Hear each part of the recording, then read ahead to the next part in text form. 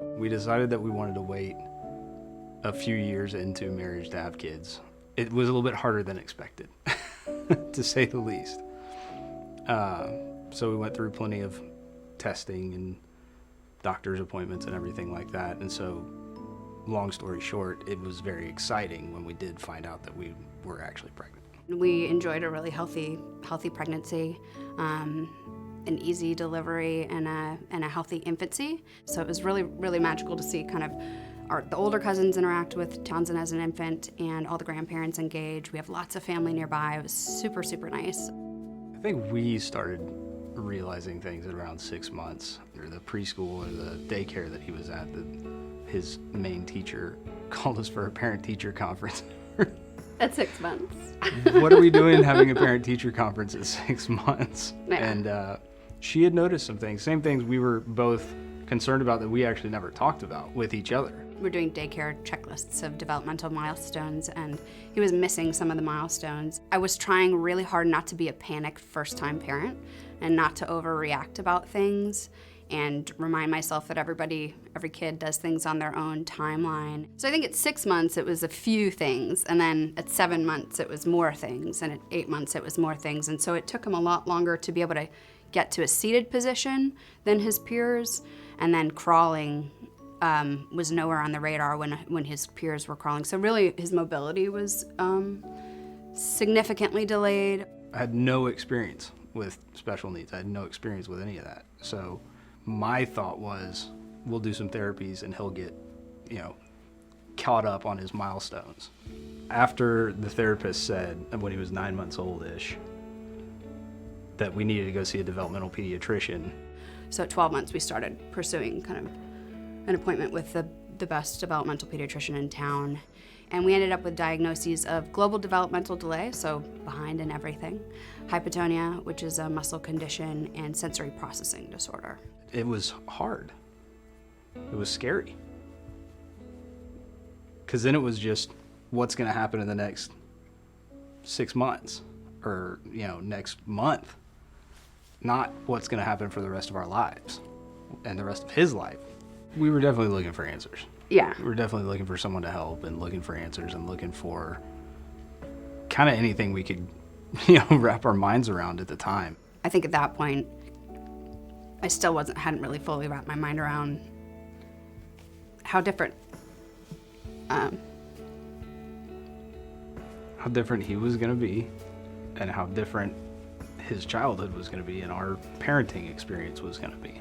We weren't ready yet to fully accept that he needed to leave the church day school that he was at. Because of his limited mobility, they were holding him back in the infant classroom.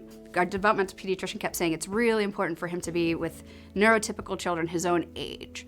And so they figured out some accommodations to get him to the next room, but they had him sitting in a high chair, separate from, I can remember that's like the biggest thing, is they had him sitting in a high chair during mealtime, separate from... Yeah, the kids would all be sitting at tables and he would be in a high chair, and I think he still had to have a crib in the room because while all the other kids were sleeping on, nap mats on the floor. We have a good friend, and she had a son who born around the same time as Townsend. They're very close, and she brought up a few times the Brighton Center. She brought you guys up. We toured the Lowwood campus and really kind of fell in love. Yeah. And so Townsend started the next week at the Brighton Lowwood campus. His very first day at Brighton, the director at that time at Lowwood sent a picture of him sitting just in a normal chair, a little toddler chair at the table with his peers beaming. Yeah, it's the type of support that I don't think we could have gotten at any other school or daycare. Once he got there and he got the support from the teachers and the students, and the other kids that are used to inclusion, that are used to seeing kids that don't necessarily do things the way they do them. It was, I don't know, there's no words.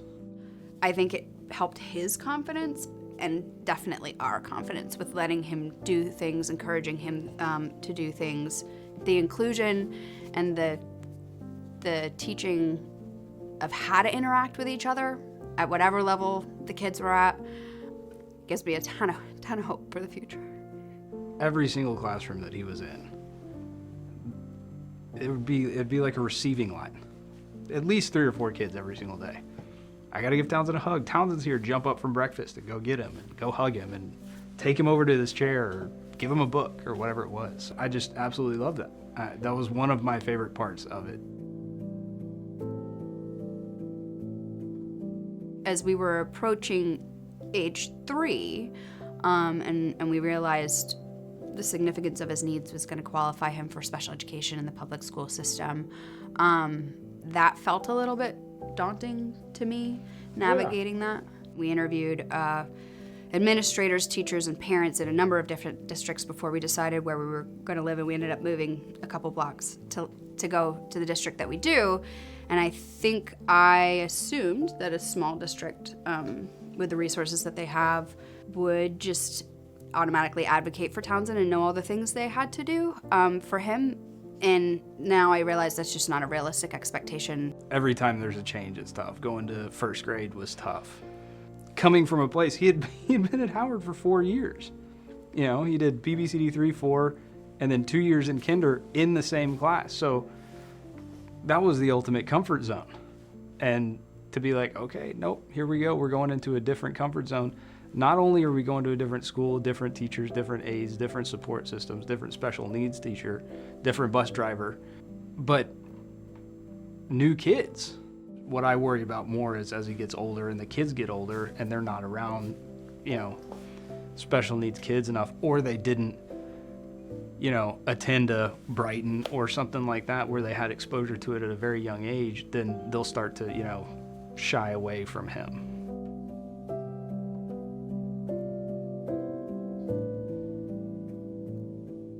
We got a phone call from his teacher, and she was asking for permission to do something without calling an ARD. And so when I asked her, you know, how many of the other parents have you talked to about this? And she said, oh, all of them, you're last, and everybody else has agreed. Well, I was initially angry that they would be asking without calling an ARD, you know, breaking the rules that we had learned in the Brighton class. So we said, you know, thanks, I'm going to talk to Forrest over the weekend, and said we needed an advocate.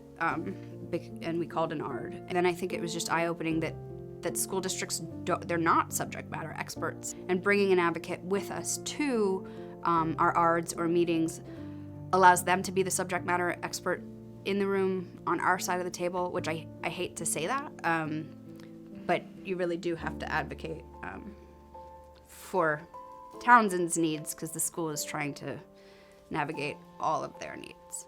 And last year, for the first time in his IEP, the teacher had documented that he gets very frustrated during transitions and can be combative during transitions, and he's nonverbal and he can't say to them, I don't want recess to be over, or this is what I want to do. And so he gets frustrated and he uses either lashing out towards others or he'll hurt himself. To me, it's always been in the back of my mind that if we need help with something, if we need more support that the school's not giving us, that Brighton will always be there and our advocate will always be there. I hope he'll always be there, honestly. He's not allowed to leave. To me, Brighton was almost a safe place. Not that I ever felt that he was unsafe at the other daycare that he was at. It was knowing that you have that support, knowing that you have a good place for him to go where he's going to get good interaction with other students and get good interaction with teachers who know his needs and know, you know, kids like him or what kids like him need, and as far as and not just educational support but emotional support and interaction with the other kids and teachers and everything. I just feel like if I take that out of the equation of our past, that we would have just been constantly having that battle of what's next, of how do we navigate this, how do we do that, where do we take him, you know, and it was almost like a, you know, like a net, like a safety net. I have a hard time imagining never having been connected with or found Brighton. I think of Brighton as a light in the storm. I mean, we're still in the storm. We're still in it. We'll be in it for the rest of our lives. And sometimes the storm is super beautiful, but there's lots of dark patches. But we can still see and still feel supported. and still have hope. We're all one life event away from needing the services of any of these organizations. And I think once I got over the misconception that the services of nonprofits were just for people who needed charity, quote unquote, or who didn't have access to other resources, I really started thinking about it differently. And it can be a little bit overwhelming to think about all of the needs that exist. But as I think about, the confidence and hope that Brighton gave us as parents, and the fact that the whole Brighton team and everybody on the board and called to support Brighton is willing to invest in Townsend and all the other Townsends, and the level of need that there is in our area, gives me an enormous amount of hope and confidence, not only for Townsend's future, but the future of this generation and the world. And so what better thing to invest in than that?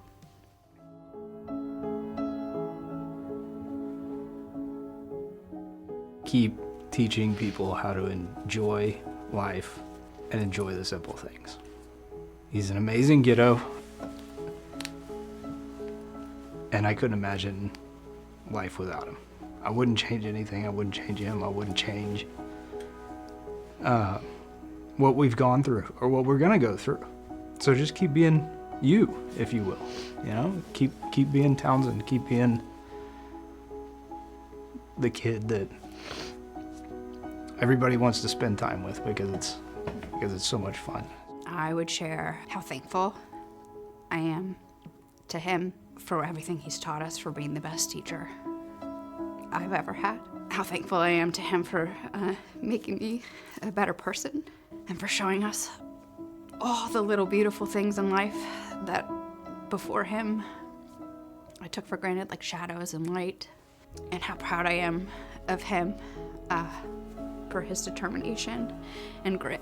He's been trying for 7 years to teach us how to hear him, and we're still trying right there with him. But he approaches every day with a smile and a lot of energy, and endures more frustration and hardship than I have in 40 years or ever will.